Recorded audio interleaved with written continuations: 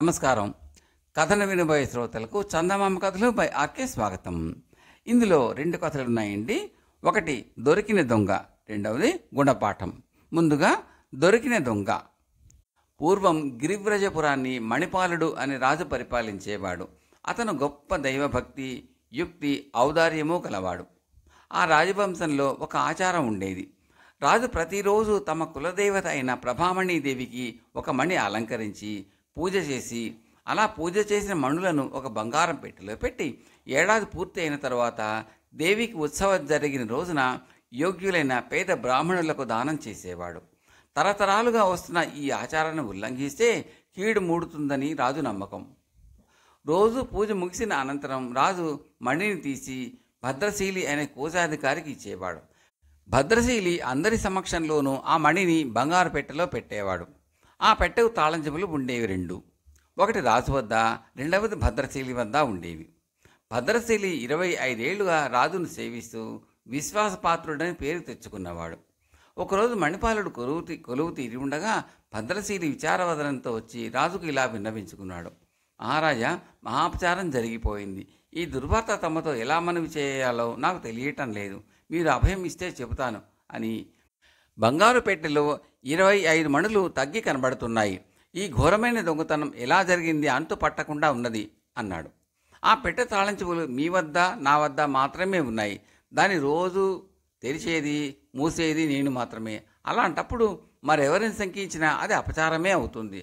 దొంగతనం ఎలా జరిగినా మణులు పోవటానికి నేనే బాధ్యుడిని అవుతాను. అపనింద నాకే వస్తుంది.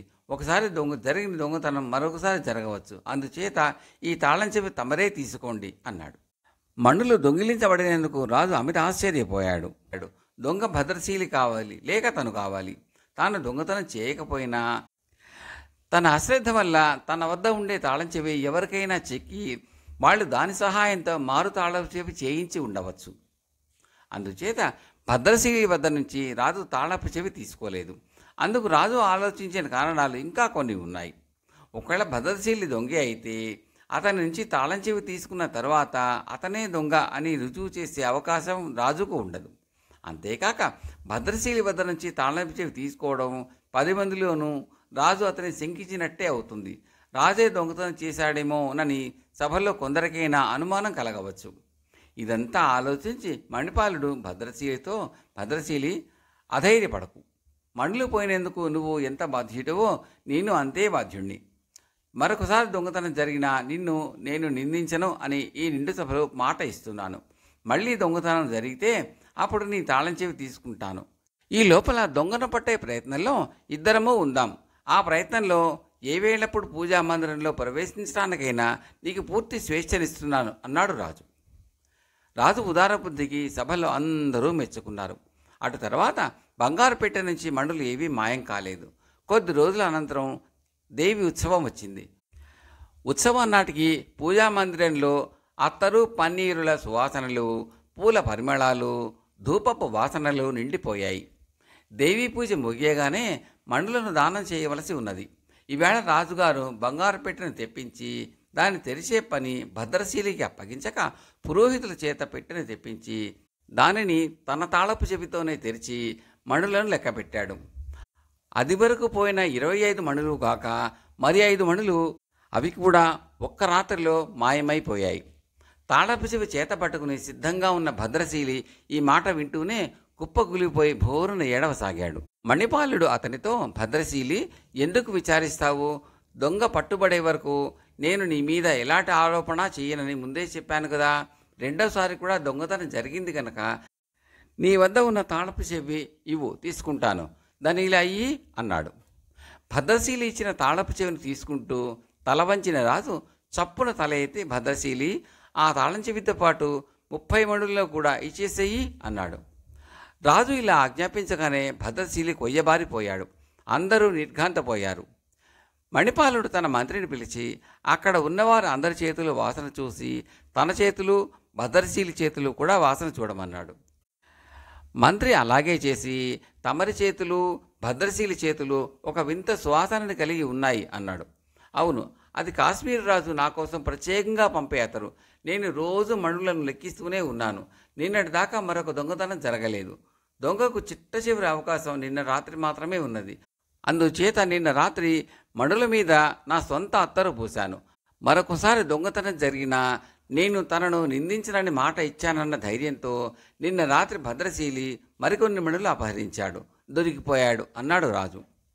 తన నేరం ఇలా రుజువు అయ్యేసరికి భద్రశీలి తాను దొంగిలించిన మణులను మొత్తం తెచ్చి ఇచ్చేశాడు. మణుల దానం ఎప్పటిలాగే జరిగిపోయింది.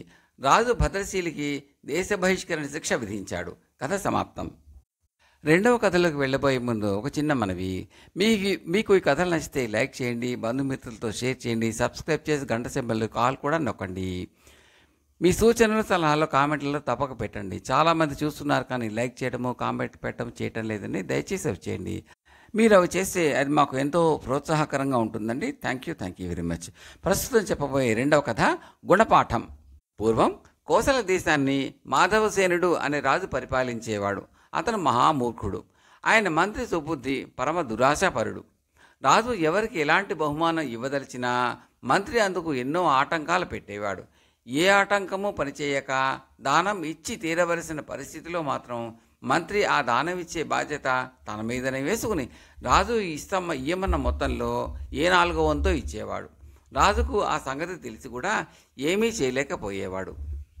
ఒకనాడు రాజ్యసభకు ఒక పండితుడు వచ్చి తన విద్యా ప్రావీణ్యంతో రాజును సభను మెప్పించాడు. ఆయనకు కళల గురించి కూడా జ్ఞానం ఉన్నదట. ఈ సంగతి వినగానే అల్పసంతోషి అయిన రాజు మంత్రితో, ఈ పండితుల వారికి 100 బంగారు నాణాలు ఇప్పించండి అన్నాడు. ఈ మాట విని మంత్రికి కోపం వచ్చి ఇలా అనుకున్నాడు, సభలోకి వచ్చి నిలబడి 4 పద్యాలు చదివినందుకు 100 బంగారు నాణాలా? ఇలా అయితే కోశాగారం తొందరలోనే ఖాళీ అవుతుంది అని. మంత్రి రాజుతో, మహారాజా, పండితుల వారు చదివినవి అన్నీ పాత పద్యాలే.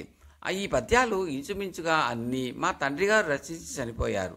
పండితుల వారు ఏదైనా కొత్త పద్యం చెప్పి తమ చేత సత్కారం పొందితే ఆయనకు గౌరవంగా ఉంటుంది, ఇటు మీకు కీర్తి వస్తుంది అన్నాడు. సొంత ఆలోచన అంటూ ఏమీ లేని మూర్ఖుడైన రాజు, అవునవును, మంత్రిగారు చెప్పింది సబబుగానే ఉంది అన్నాడు. పండితుడికి నోటికి అందివచ్చిన కూడు మట్టిపాలైనట్టయింది. ఇక తన కళల పాండిత్యం ప్రదర్శించిన మంత్రి ఇక్కిరానియ్యాడు అని గ్రహించి ఆయన, చిత్తం ప్రభు, సెలవిప్పించండి అని సభ నుంచి వెళ్ళిపోయాడు. తర్వాత పండితుడు మంత్రిగారిని గురించి కొంత తెలుసుకున్నాడు. మంత్రిగారి తండ్రి కూడా పేరు మోసిన కవి. ఆయన పోయి సంవత్సరం కావస్తున్నది. ఈ సంగతి తెలుసుకుని పండితుడు మళ్ళీ రాజ్యసభకు వచ్చాడు. రాజు పండితుడిని చూసి, మరలా వచ్చారేం అని అడిగాడు.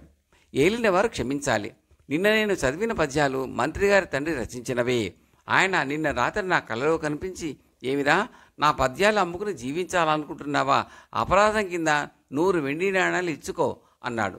క్షమించండి గురుదేవా, నేను మీకు ఆ సొమ్ము ఎలా అందించను అని అడిగాను. అందుకు ఆయన, నా కొడుకు నాకు తర్పణం విడిచేటప్పుడు వాటిని చేతిలో ఉంచుకుంటే చాలు, అవి నాకు చేరతాయి అన్నాడు. మంత్రిగారు నన్ను అనుగ్రహించి ఆ నాణాలు వారికి చేర్పించవలసినదని నా ప్రార్థన అన్నాడు పండితుడు. రాజుకు పండితుడి మాటలపై విశ్వాసం కుదిరింది.